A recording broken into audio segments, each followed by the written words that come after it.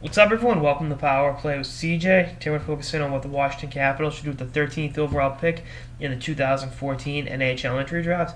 Now, if you saw my mock draft, I had been taking Anthony DeAngelo, the defenseman from New Jersey, from the Sarnia Sting with the 13th overall pick. And, I can see that he's a good offensive defenseman, but I think he could fall in this draft. I really think, there's a chance this draft's free faller.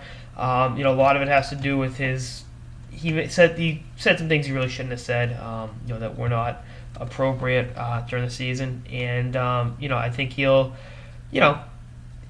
been around the circuit for a while. I mean, he was a 14-year-old put in the USHL once upon a time, and he's minus 34 on a really bad Sarnia Sting team, but he also had 71 points in 51 games. So you got to take the good with the bad with DeAngelo, but. I think there's a possibility they take him to give him some depth defensively.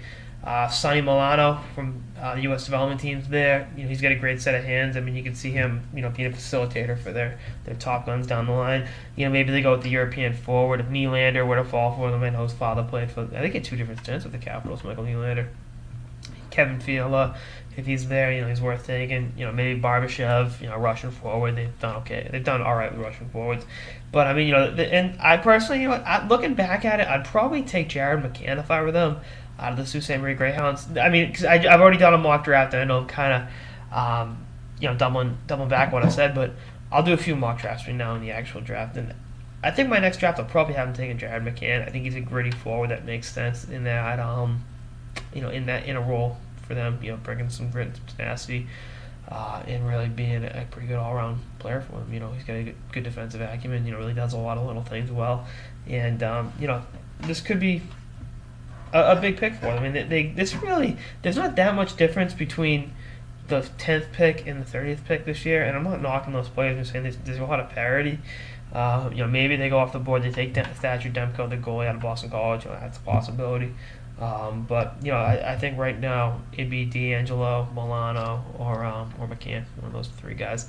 But again, there's so many different guys to choose from in that range that you don't have to go by the rankings. But this is one draft. If you're gonna go off the board, this is the one to do it. This is a draft because there's so much parity, and it's almost abnormal how similar so many players are. But again, we'll see what the Capitals do. I mean, McPhee, I don't know if he'll be making the pick this year. I mean, him and Oates still have a job, but they could be fired between now and then. Given the disappointment of this season and how the Capitals, despite having a lot of talent, aren't getting it done when it matters. So we'll see what happens. This could be the first pick of a new regime in Washington. So I was gonna make a political joke, but a new administration, I guess. Capital have to make it there. Anyway, that's all I got this episode of the Power Play with CJ with the Washington Capitals.